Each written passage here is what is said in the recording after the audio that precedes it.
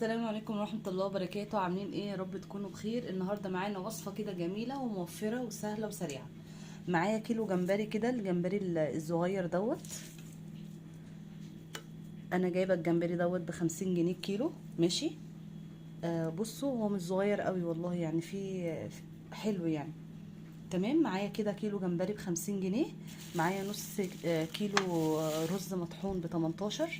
ومعايا معلقة ونص او معلقة بيكنج باودر عشان تخلي الكفتة معايا هشة. ومعايا فلفل الوان، يعني اخضر اللهم صل وسلم على سيدنا محمد. قرن فلفل اخضر، احمر.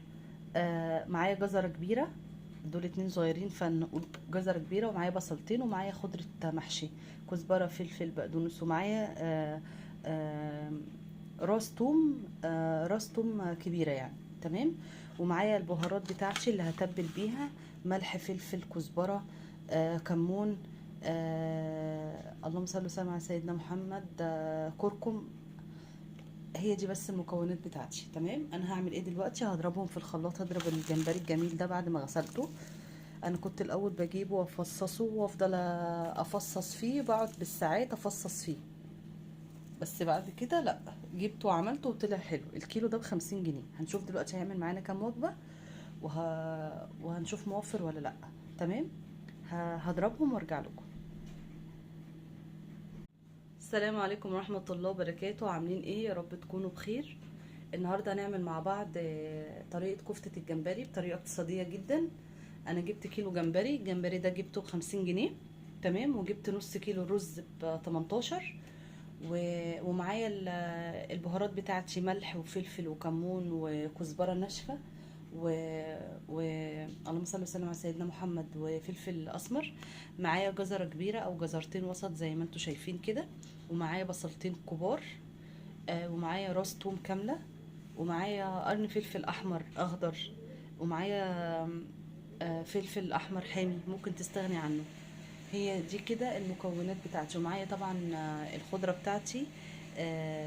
هتجيبي خضرة محشي عادية. تمام. دلوقتي انا هعمل ايه؟ اللهم صل وسلم على سيدنا محمد. هضرب المكونات دي كلها وهسيب الرز في الاخر، يعني هحط الرز ده في مرحلة العجن كأني بعجن يعني. تمام. دلوقتي هشغل الكبة او الخلاط وهتضيفي مية عادي لحد ما الادوات بتاعتك ما المكونات بتاعتك كلها تتضرب كويس. تمام. انا دلوقتي قبل ما اعمل اي حاجه همسك الجزرتين دول ابشرهم. هبشرهم بالمبشره عادي، وبعد كده هضرب كله بقى في الخلاط او الكبه. تمام. بص حبايبي، هنا انا بشرت الجزر وقطعت اللهم صل وسلم على سيدنا محمد، الفلفل والبصل و... وحطيت الثوم. تمام. عشان لما اضربهم في الكبه متبقاش تقيله عليهم يعني. دلوقتي هبدأ أول حاجة بفرم اللهم صل وسلم على سيدنا محمد، الجمبري. وانا بفرم الجمبري هبدأ اضيف عليه حتت من الخضار دوت. بصوا منظره يفتح النفس ازاي. حبايبي دي كده الكمية بعد ما طحنتها. ده الجمبري بالخضار بس، الخضار اللي هو فلفل وخضرة وبصل وثوم. هضيف عليه نص كيلو رز مطحون. اللهم صل وسلم على سيدنا محمد وعلى اله وصحبه وسلم. وهديله برضو ضربتين، ضربتين برضو في الكبة. تمام.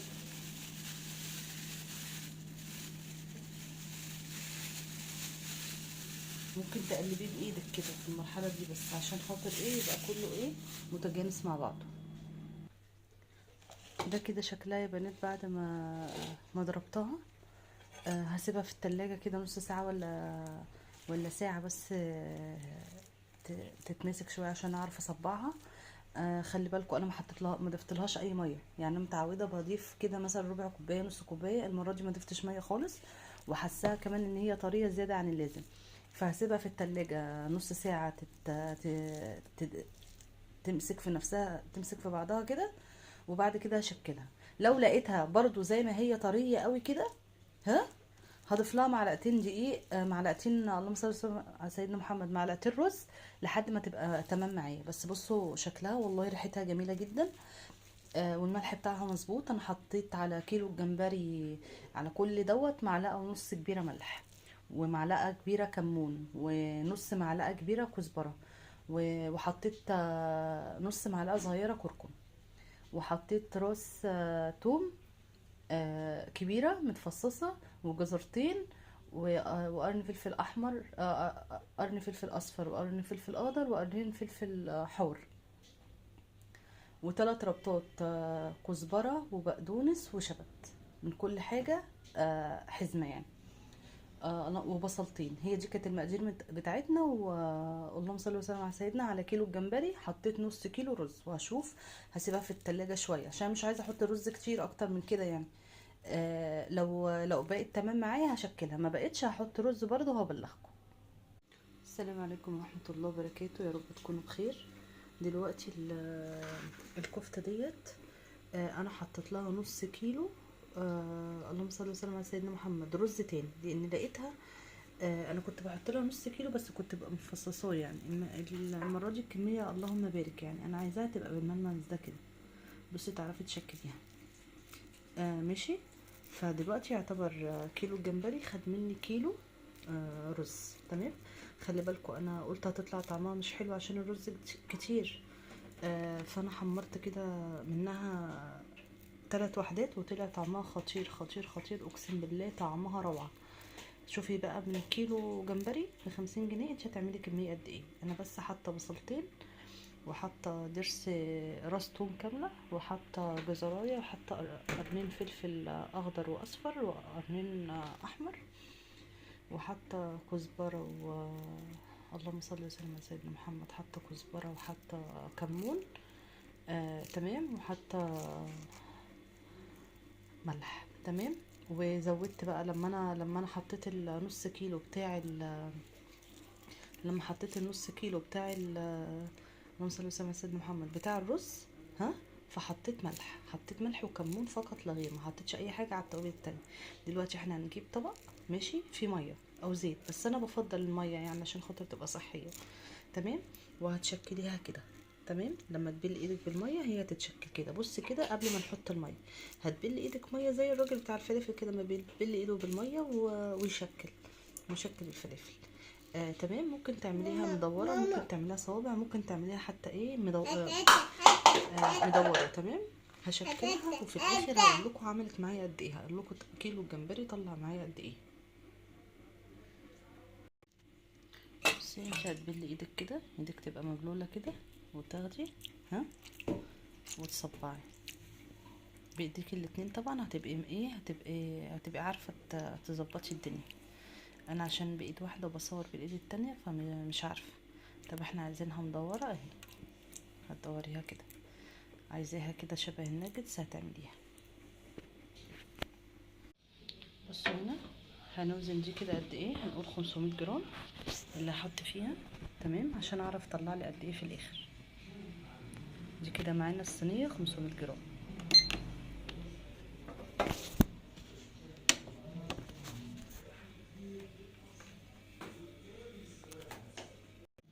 بصوا انا كده شكلت جزء منها يعني، وهحط كيس كده من فوق عشان احط الطبقه التانية، وادخلها بقى في التلاجة في الفريزر تتجمد، وبعد كده هلمهم كلهم في علبة او في كيس. ماشي. يعني لازم تحطش ما بين الطبقات، ما بين البتاع ده طبقات اهو. انا بشكل كده وبشكل في الطبق دوت يعني. تمام. عايزاها صوابع، عايزاها مدوره، عايزاها كور، براحتك شكلي بالطريقه اللي انت عايزاها. وخلي حجمها كده، ما ترفعيش عن كده عشان ما تبقاش ناشفه، عشان تبقى مقرمشه من بره، وفي نفس الوقت من جوه شوز، تبقى طريه يعني. تمام. كده يا بنات انا بقى خلصت الكميه كلها، عملتها زي ما انتوا شايفين كده، عملتها مدوره يعني، وفي عملته على شكل مستطيل. انا عملتها الحجم ده عشان تبقى سهله في التحمير، ما تاخدش وقت، وممكن تعمليها صينيه في الفرن، ليها كذا طريقه يعني لو مش عايزاها محمره. دلوقتي يلا بينا نوزنها عشان نشوف عملت قد ايه على الميزان، وطلعت لنا قد ايه كميه. بصوا يا بنات عامله قد ايه على الميزان. عامله 2 كيلو 800 جرام. تمام. هنشيل ال 500 جرام يبقى عاملين له 2 كيلو و300 جرام. تمام. 2 كيلو و300 جرام، يعني كيلو الجمبري عمل لي 2 كيلو وربع. اللهم صل وسلم على سيدنا محمد. كفتة جمبري اقتصادية جدا وطعمها تحفة تحفة تحفة تحفة.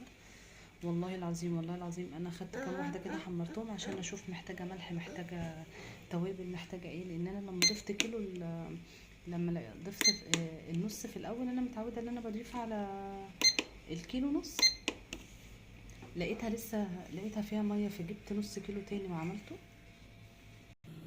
فجبت نص كيلو تاني رز وعملته وحطيته عليه. فقلت هتطلع طعمها مش حلو، يعني قلت هتطلع طعمها مش حلو، بس اقسم بالله اقسم بالله طعمها خطير، طعمها تحفه تحفه تحفه تحفه تحفه. انا بس لما زودت لها رز زودت لها شويه ملح وشويه كمون، ما زودتش اي حاجه تاني من البهارات اللي احنا كنا قايلين عليها ولا اي حاجه. يا رب اكون افدتكم، والسلام عليكم ورحمه الله وبركاته.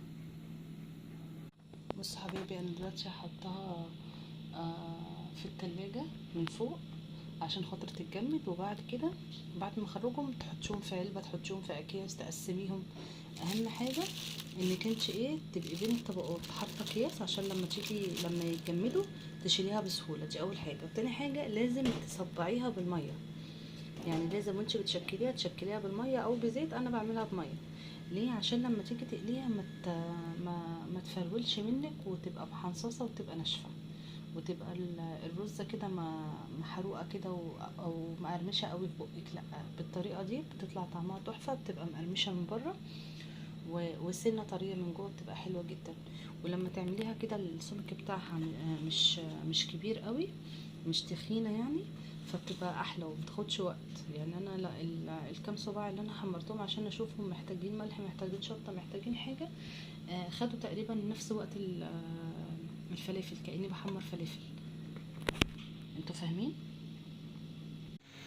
وده شكلها كده بعد ما اتلجت. هشيلها من الكيسه وهقسمها في كيس. تمام.